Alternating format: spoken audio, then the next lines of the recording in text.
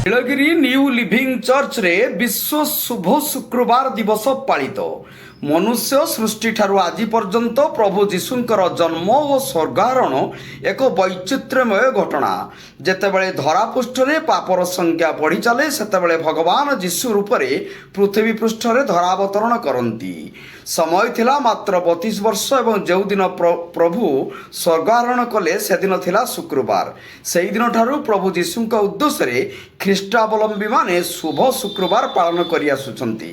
Nilgiri 11 number ୱାର୍ଡର new living ଚର୍ଚ୍ଚର ଆଚାର୍ଯ୍ୟ ସାଧୁ ସୁନ୍ଦର ସିଂଙ୍କ ତତ୍ତ୍ୱାବଧାନରେ ଏହା ପାଳିତ ହୋଇଯାଇଛି।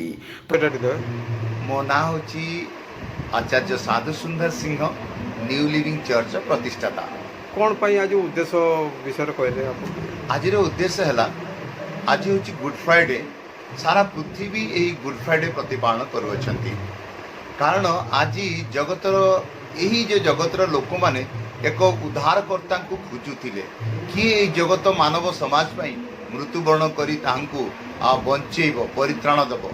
ପ୍ରଭୁ ନିଜେ ସ୍ୱୟଂ ଜଗତକୁ ଆସିଲେ ମାନବ ରୂପରେ ଏବଂ ଆଜି ପରି ଦିନରେ ସେ କ୍ରୁଶରେ ହତ ହେଲେ ଏବଂ ସମାଜକୁ, ଏହି ମାନବ ସମାଜକୁ ପ୍ରଭୁ ଯୀଶୁଙ୍କ ସ୍ୱର୍ଗାରୋହଣର ଠିକ୍ 6 ଦିନ ପୂର୍ବରୁ ସ୍ୱର୍ଗାରୋହଣ ପାଇଁ ଏକ ବିଜୟ ଯାତ୍ରା ଉତ୍ସବ ଜେରିକୋରୁ ଜେରୁଜେଲମକୁ ଯାତ୍ରା ଆରମ୍ଭ କରିଥିଲା। ଯେଉଁଦିନ ଆରମ୍ଭ ହୋଇଥିଲା ତାହା ଥିଲା ରବିବାର। ସେହି ରବିବାରକୁ ପାମ୍ ସଣ୍ଡେ ଭାବେ ପାଳିତ ହୋଇଛି। ଏହି ଦୀର୍ଘ 6 ଦିନ ବ୍ୟାପୀ ଯାତ୍ରାର ଅନ୍ତିମ ଦିବସଟି ଥିଲା ଶୁକ୍ରବାର। ସେହିଦିନ ପାପୀମାନଙ୍କ ଉଦ୍ଦେଶ୍ୟରେ ପାପୀମାନଙ୍କ ଦ୍ୱାରା କ୍ରୁଶବିଦ୍ଧ ହୋଇ ସ୍ୱର୍ଗାରୋହଣ କରିଥିଲେ ଏବଂ ଠିକ୍ 3 ଦିନ ପରେ ଅର୍ଥାତ୍ ରବିବାର ପୁନରୁତ୍ଥାନ ହୋଇ ବିଶ୍ୱକୁ ଚକିତ କରିଦେଇଥିଲେ। ନ୍ୟୁ ଲିଭିଂ ଚର୍ଚ୍ଚରେ ଏହି ସପ୍ତାହଟିକୁ ନିଷ୍ଠାର ଓ ପ୍ରତିବର୍ଷ ଖୁବ୍ ଧୁମଧାମରେ ପାଳିତ କରାଯାଇଥାଏ। ଏହି ସପ୍ତାହ ବ୍ୟାପୀ ଉତ୍ସବରେ ପ୍ରଭୁଙ୍କ ମହିମା ଗୁଣଗାନ, ଗୁଡ୍ ଫ୍ରାଇଡେ ଦିବସର ପ୍ରବଚନ ନିମନ୍ତେ ବହୁ ବିଜ୍ଞ ଗୁଣୀ ପ୍ରବକ୍ତା ଯୋଗ ଦେଇଥିଲେ।